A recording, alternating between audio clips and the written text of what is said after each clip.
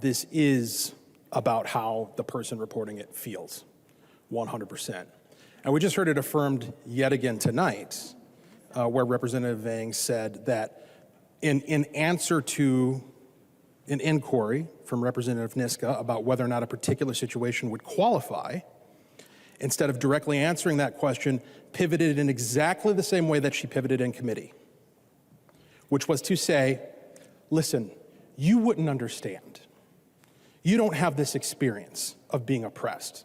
And when Representative Niska rightly stood up and raised a point of order, stating that that was invoking personalities, we saw this strange thing happen, and it happened collectively on the majority side, where you all kind of gasped, and you're like, what are you talking about? I heard that said in the chamber. What, personalities? No, we're not saying that. Now, since there hasn't been an explicit explanation offered as to what was going on there, I'm left only to infer, but the logical conclusion would be that what was being said was that because Representative Harry Niska is white. Point of order, Madam Speaker.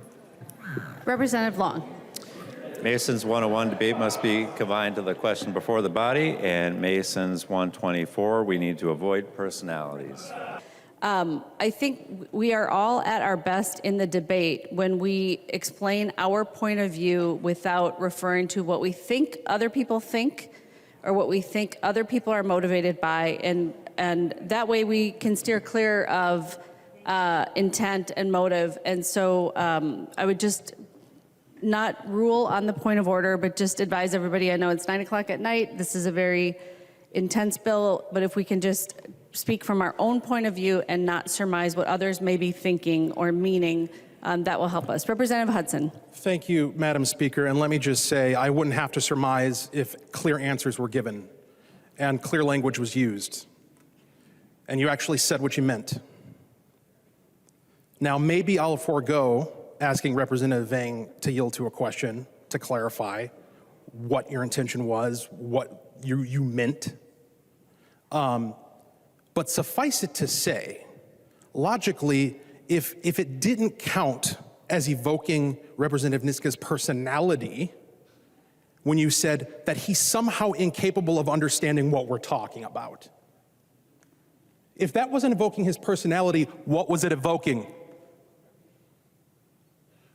Will Representative Vang yield to a question? She will not. Representative Hudson. I don't blame you. I don't blame you. Because you know I'm right. And you know I'm right. Minnesota knows you're right. This is disgusting. There's been a long list of disgusting things that have happened in this chamber over the course of this session, but this ranks right up there. Examples have been offered in committee. One of the examples that was offered by the Commissioner of Human Rights as a potential incident that would be included in this aggregate data, to yield to Representative Becker-Finn's categorization of what it is that we're talking about here. I guess the difference between database and aggregate data is somehow meaningful. Either way, it's the government collecting information about non-criminal speech. Not quite sure the particular details of how we describe it is relevant. It's government collecting data about speech that is not criminal and therefore has no compelling state interest in being collected. And then what do they do with the data? Good question. Not addressed. Not addressed in the bill, but it was addressed in committee, wasn't it? It was said, we're going to use this data to identify hot spots of bias, to label communities as problematic,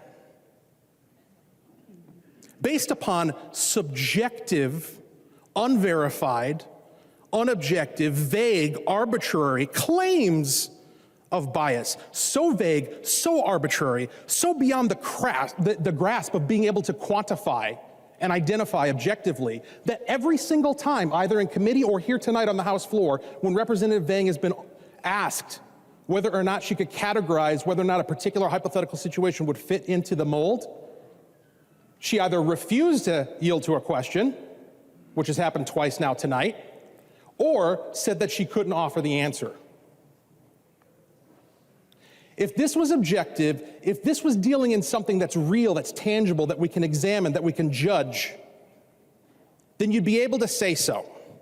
You'd be able to give a clear yes or no as to whether or not the examples that Representative Niska provided would qualify as something that can be reported under this provision. And the fact of the matter is, again, as has been described tonight by Representative Vang and in committee, literally anything that happens to you that you feel is based upon your actual or perceived racial identity qualifies as something that can be recorded. And on that basis, we're going to aggregate the data in order to determine the problematic communities. I'm sure there's nothing that could possibly go wrong with that. The looks of perplexity and confusion just astound me. I'll tell you, if this bill were the law of the land in Minnesota today, I would encourage Harry Niska to file a report, because he was the target of bias in this chamber tonight. And through extension, many other members in this chamber on both sides of the aisle.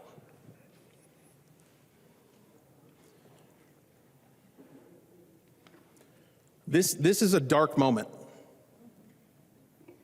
We're going to explicitly target non-criminal speech for scrutiny by the government for undisclosed purposes.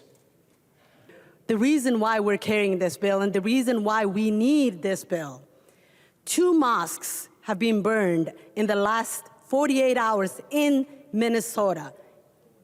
2 mosques. And they are the target of hate and bigotry. And we're sitting here pretending that there is no problem, that we don't need bills like the hate bill to protect people. Thank you, Rep. Vang, for carrying this bill. Thank you, Chair Hounstein, for carrying this bill years before. And thank you, anyone who has supported this bill, because for some of us, hate is a real thing. Bigotry is a real thing. For some of us, we're targeted because of our religion, because of our skin color, because of our ethnicity, because of where we came from. That is the reality, folks. And we're sitting here pretending that that is not a thing, and we are controlling speech. This bill does not control speech. This bill, what it does is it protects people. There is a whole community tonight that is worried about going to their faith space, the most sacred space that they can be in, because somebody decided to write cartoon on Star Tribune, and then somebody decided to act on that and go and burn a holy place. That is the reality of Muslims in this state. That's the reality of Jewish community in this state. That's the reality of the Asian community when COVID was happening. That's the reality of people who are not mainstream. And that's not what we're talking about tonight. We're talking about we're disgusted, we're disappointed that this is crazy. What is crazy for me and people who look like me is the fact that we're not talking about mosques being burned down, synagogues being burned down, people being targeted because they're from Asia or because they look like that they're from Asia. That's the reality that we live in. And today, what we choose to talk about, we choose to talk about, oh, this censors speech. I am disappointed. But the thing that I think is really important is if someone believes that they have experienced an incident of bias, they should report it. And what this bill actually gets into, again, it's in the human rights statute. What this really gets to is the perspective of the person who has experienced the incident of bias. It isn't about keeping a list about the actor of the incident. It's about keeping track of what is happening to our communities. That is the point of this. That's why it is not in the criminal statutes. It is in the human rights statute. There is no mold. If you report it, it will be taken in with all the other data. It is up to Minnesotans to report it if they believe that they have experienced an incident of bias. So there's no mold. There's no list of bad guys. It's keeping track of what people are experiencing in all of our communities. The idea that we just want to know what's going on, that's been said here tonight by Representative Becker-Finn. It was said by Representative Vang in committee. It was said by the Commissioner of Human Rights in committee. We just want to know what's going on. Well, so does any security camera, right? I mean, that's literally the definition of surveillance. You just want to know what's going on. The question is, do you have a right to know what's going on? As government, do you have a compelling state interest in observing and documenting and storing information about what is going on?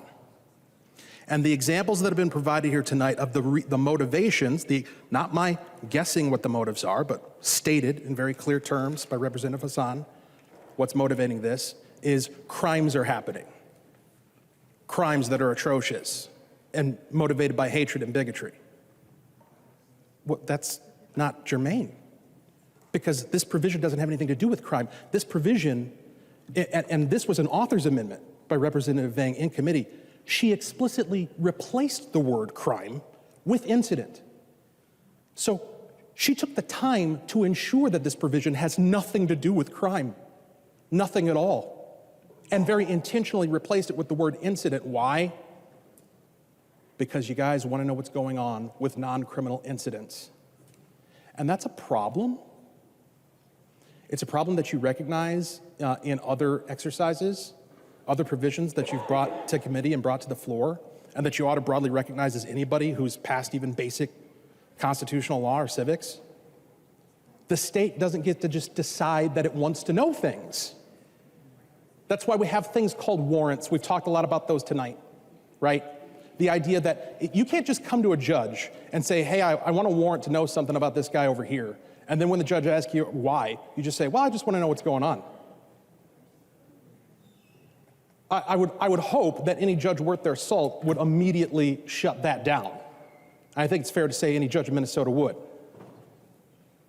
So this idea that you just want to know what's going on, I'm sorry, it's not good enough. You need to disclose why, on what basis, how it's constitutional, how you are not, you have to affirmatively demonstrate that you are not violating the rights of the residents of Minnesota before you do this. To just blanketly start collecting data about speech for undisclosed purposes. Not only can you not tell me why you need it, you can't tell me what you're going to do with it. That is a lousy warrant. That is the most sloppily written warrant I have ever heard. But that's what you've offered here tonight. That's what's been offered all through the process as this provision has made its way through committee and now made its way here to the House floor. This is embarrassing.